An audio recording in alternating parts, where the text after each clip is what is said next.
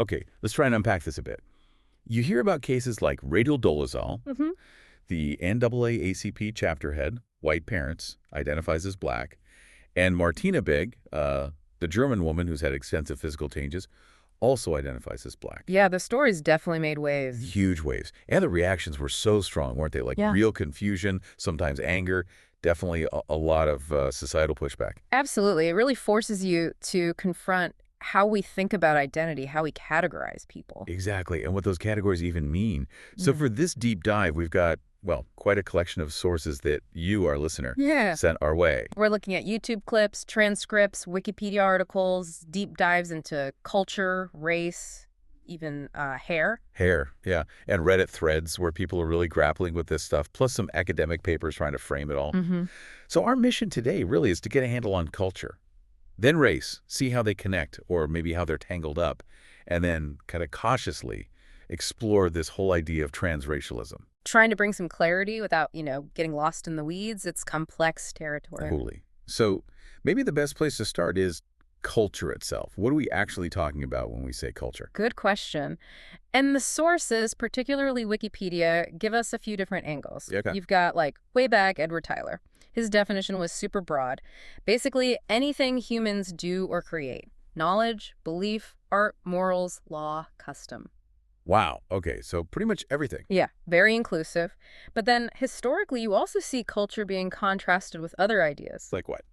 Well, Matthew Arnold talked about culture versus anarchy, or thinkers like Hobbes and Rousseau discussed it in relation to the state of nature. Ah, okay. Setting it up as something refined. Kind of, and that unfortunately led down some paths we now see as really problematic, this whole civilized versus uncivilized idea. Right, which connects to things like social Darwinism. Exactly. This flawed idea that societies evolve hierarchically, oft used to justify, well, frankly, racism and colonialism. It Hmm. shows how defining culture isn't neutral. It can be tied up with power. That's a sobering point, Hmm. especially when we think about identity debates today. Yeah. Who gets to define the terms, right? Precisely. Those early definitions were often tools to legitimize certain groups, mainly European ones, as being somehow more cultured or advanced. Okay, so how did the definition evolve from there? Well, later on, you get the field of cultural studies. Thinkers like Stuart Hall, Raymond Williams, they Right. started looking at culture much more broadly again, but in a different way, not just high art or philosophy. More like everyday life. Exactly. Things we buy, how we spend our free Right. time, art, yeah, but also music, movies, food, sports, fashion, all that stuff. Um, And crucially, they linked these cultural practices to, how society is structured, class relations, production, power dynamics. So culture isn't just this abstract thing, it's tied to the social and economic world. Very much so. And Raymond Williams, he kind of helpfully breaks down how we use the word culture now into roughly three meanings. Okay, what are they? First, there's culture as like personal development, intellectual, spiritual, artistic growth. Okay, like self-improvement? Sort of. Yeah. Second, culture as a specific way of life. The customs, beliefs, practices of a particular group, like a nation or even a smaller community. Right, like French culture or maybe gamer culture. Exactly. And third, culture as the actual creative Mm, works themselves, the books, the music, the paintings, the films. got it. So personal growth, group lifestyle, and artistic products. That helps clarify things. It shows it's not just one simple thing, right? It operates on different levels. Definitely. Okay, so we have these ideas about culture. Now, how does ethnicity fit into this picture? Well, ethnicity often draws on those shared cultural elements. The Wikipedia source on ethnicity traces the word back to Greek, Oh. suggesting things like shared descent, which literally meant same blood back then, but also shared language, shared religious practices, sanctuaries, sacrifices, and shared customs. So a lot of overlap with that second definition of culture, a group's way of life. A huge overlap, yes. These shared elements build that sense of collective identity, of belonging to a specific group. But the understanding of ethnicity has changed too, hasn't it? It's not just seen as fixed, based purely on ancestry. Right. Especially after the 1960s, there was a big shift. The older idea, called primordialism, saw ethnicity as this deep, inherent, almost unchanging thing you're born with. Okay. But the view that became more dominant, particularly in social sciences, is social constructivism, Mean. meaning that ethnicity is largely shaped by society, by social rules, interactions, how groups define themselves in relation to other groups. It's not just some essential quality you possess, but something that emerges from social processes. So it's assigned, in a way, by societal rules. In large part, yes. It's seen as a product of intergroup interaction rather than an inherent trait people just have. Okay, so ethnicity is like this named social category. Yeah. People feel they share experiences, ancestry, traditions, history, Hmm. and there's often a strong us versus them feeling. Exactly that. A sense of collective identity based on perceived commonalities and differences from others, and it often cuts across class lines. But if it's socially constructed, why does it feel so real, Yeah. so deeply important to people enough to create that us versus them dynamic? That's a great question. Socially constructed doesn't mean not real or not powerful. Think about money. It's a social construct, pieces of paper or digital code, but it has immense real-world power because we collectively agree on its value. Good analogy. Similarly, shared histories, even painful ones like shared experiences of discrimination, plus shared cultural practices, language, upbringing, these things forge incredibly strong bonds and identities over time. The U.S. versus them arises from drawing those social boundaries, which, while constructed, feel very real and have real consequences. Okay, that makes sense. Now let's bring this to the U.S. The Culture of the United States Wikipedia page talks about that melting pot idea. Right. Starting with, strong Western, particularly English, roots, but then profoundly shaped by waves of immigrants. And not just European immigrants, right? African, indigenous, Asian influences. Absolutely. They're woven into the fabric now. Think about music, jazz, blues, hip-hop, or sports like American football. Even regional differences show culture isn't monolithic, even within one country. So culture is definitely dynamic, influenced by different groups coming together. Which leads us, inevitably, to race. How does race fit in? Because it's often tied so closely to culture and discussions. It is. But it's crucial, as several sources point out, to understand that race, perhaps even more clearly than ethnicity, is primarily understood today as a social construct. Okay, so not based on fundamental biological differences between groups. Broadly, no. While there are visible biological traits we associate with race, like skin color or hair texture, the categories themselves, how we group people, what traits we decide are important, and the meaning we attach to those categories, those are human inventions, products of history and society. And that history is important, isn't it? The sources mention the development of the modern race concept during European exploration and conquest. Yes. It emerged alongside the scientific impulse to classify everything plants, animals, and, well, people. Early classifications by figures like Bernier or Linnaeus weren't just neutral descriptions. No, they were hierarchical, weren't they? Putting Mhm. white Europeans at the top. Explicit. This scientific racism, though completely debunked now, laid the groundwork for justifying inequality, slavery, colonialism. It's a dark history, and the concept of race carries that baggage. So the very idea of race was kind of built on shaky, biased foundations from the start. You could definitely argue that.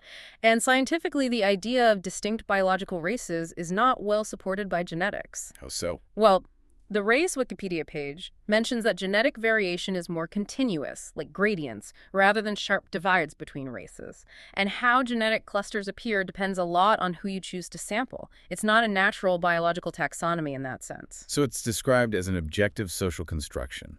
What does that mean? It means that while race isn't a deep biological reality, it is a social reality with objective consequences. Society treats racial categories as real, and that has real effects. Scientists might use racial categories pragmatically in some research, like in medicine, but that doesn't make the categories themselves biologically fundamental. Okay, but Yeah. then there's the lived experience. Race feels very real to people, often profoundly so. Absolutely, and that's the tension. The social construct aspect doesn't negate the reality of racism or racial identity. Right. Like the source mentioning that not all Black individuals have the same experience of racism. It's not monolithic. Class, location, gender, other factors play a role. But then you have the point from the Simon Cushing transcript. Mm. Black people in America typically can't just decide not to be Black. in the way some light-skinned individuals might have passed as white historically. Exactly. There's an asymmetry there. The transcript also mentions white privilege in this context, the idea that only someone from the dominant group could even hypothetically choose to try and become black. What does that asymmetry tell us? It points to the power dynamics embedded in race. Whiteness often functions as the unmarked default category, carrying privileges that aren't available to racialized minorities. The very idea of choosing or changing race often comes from that position of relative power. And that connects to what Jody Armour, the legal scholar, said. Michael Brown couldn't be transracial. Right, because societal perception, especially in contexts of policing and justice, fixes race onto people with real, often tragic consequences. The high incarceration rates for Black individuals, mentioned in the Brubaker paper, are another stark example of how race functions as a rigid category in critical systems. So it's this paradox, a social construct with incredibly powerful, often inescapable, real-world impacts. Precisely. And this is where culture gets deeply interwoven. How so? Because shared experiences within a racial group, including shared experiences of discrimination, but also positive cultural creation and expression, lead to the development of shared norms, traditions, perspectives, and practices. Like the hair example. Exactly. The hair Wikipedia entry is fascinating. Attitudes towards hair vary hugely across cultures, signaling status, age, gender, religion. Right. And it notes that Afro-textured hair likely evolved as an adaptation to UV light. So you have a biological trait, which then becomes racialized, and then imbued with huge cultural significant styles, politics, identity are all wrapped up in it. So culture and race become intertwined through shared history, shared experience, shared ways of navigating the world based on how society treats you based on your race. Yes, they reinforce each other in complex ways. Okay. This brings us then to the really tricky part. Transracialism. Mm-hmm. Identifying with a race different from your birth race. Mm-hmm. As defined in sources like the Transracial RCTA page, YouTube, and Wikipedia, it can involve feeling an internal identification, potentially changing appearance, and participating in cultural activities associated with that group. And it's immediately controversial. Highly. And one important point raised in that RCTA transcript is the concern from transracial adoptees. Right. People raised by parents of a different race. Yes. They worry that this newer use of transracial erases their specific experiences, which are quite different from someone choosing to identify differently as an adult. It's important to keep those distinctions in mind. Definitely. But then you have people, say on the Reddit threads mentioned, arguing that this feeling of identifying with another race can be incredibly deep, authentic, integral to their sense of self. Comparing it sometimes to the experience of transgender identity. Right. Suggesting that if gender identity can differ from assigned sex, perhaps racial identity could differ from ancestry or birth assignment. It challenges the idea that race is solely determined by biology or lineage, putting more weight on internal feeling and self-identification. So let's think about the potential effects, hypothetically. If this idea gained more traction, how might it impact culture and cultural understanding? Well, on one hand, you could argue it might lead to greater empathy or understanding across racial lines if people genuinely immerse themselves respectfully. Got it. But the huge concern is cultural appropriation. The RCTA Wikipedia excerpt hits this hard adopting cultural elements, especially visible ones or those tied to historical oppression, without understanding, respect, or acknowledging power dynamics. Like changing appearance to match another race, Yeah. raising questions about beauty standards, maybe fetishization. Exactly. And concerns about trivializing the lived experiences, including racism faced by people born into that group, especially when linked to things like colorism. And that Reddit question for trace whites, white people identifying as another race, really highlights the complexity, doesn't it? How do you navigate identifying with a group your birth group may have historically oppressed? How do you deal with the legacy of white privilege? It's incredibly complex. It demands, you'd think, a profound level of historical awareness, humility, and sensitivity to avoid causing harm or perpetuating stereotypes. Authenticity becomes a huge question, both internal and external. Then again, you have the perspective like Dr. Todd Grande's sort of posing the question. If social constructs like race are decided by society, why can't someone choose to identify differently if it feels true to them? Who decides which constructs are fluid and which aren't? It's a provocative question about the nature of social categories and individual autonomy versus societal norms. It really pushes on the boundaries. But there are counterarguments. The Brubaker paper notes criticism, particularly from within minority communities, that allowing people to choose race could weaken group solidarity. How so? The argument is that if racial identity becomes purely a matter of individual choice, it might undermine collective action needed to address systemic racism, which is based on how society imposes race, not how individuals feel. Hmm. Like, it could dilute the political force of a group identity built on shared struggle. Potentially, yeah. That's the concern raised.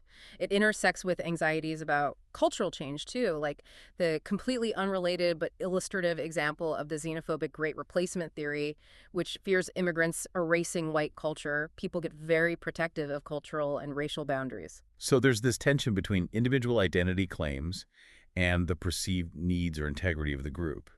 And societal acceptance is a huge hurdle. A massive one. Brubaker and Grande both touch on this. Identifying as something doesn't mean society will recognize you as such. Which brings us back to Martina Big.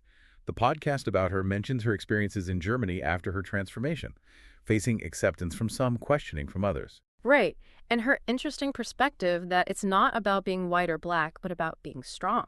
Kind of trying to move beyond the labels. Which is almost like the race transcenders mentioned in the Brubaker paper, people who just refuse racial categorization altogether. Exactly. Another way of challenging the existing framework by stepping outside it rather than trying to switch categories within it. Wow. Okay. So wrapping this up. Yeah. What are the key takeaways here? Well, first, culture is complex, right? It's not just one thing. It's high art. It's everyday life. It's group identity. It's constantly evolving. Right. And second, race is fundamentally a social construct, not a biological one, But it has immense social power and real-world consequences, shaping lived experiences and often becoming deeply intertwined with cultural practices and identities due to shared history and societal treatment. okay. And third, this idea of transracialism, Yeah. while controversial and complex. It forces us to confront really deep questions about identity. What makes an identity authentic? Who gets to define it? How fluid are these categories? And what are the ethical implications of crossing or challenging these boundaries, especially concerning cultural appropriation and power dynamics? So for you, the learner, hopefully this deep dive gives you a kind of map for navigating these really complex and often emotionally charged topics. We've looked at definitions, the race-culture link, and the hypothetical ripples of transracialism. Trying to understand the different facets without getting overwhelmed. Exactly. And maybe a final thought to leave you with. As our world gets more connected and our understanding of identity keeps evolving, how will our definitions of culture and race shift? And maybe more importantly, what ethical guardrails do we need as individuals and societies try to navigate these changes? That's the ongoing conversation, isn't it? Plenty to keep thinking about.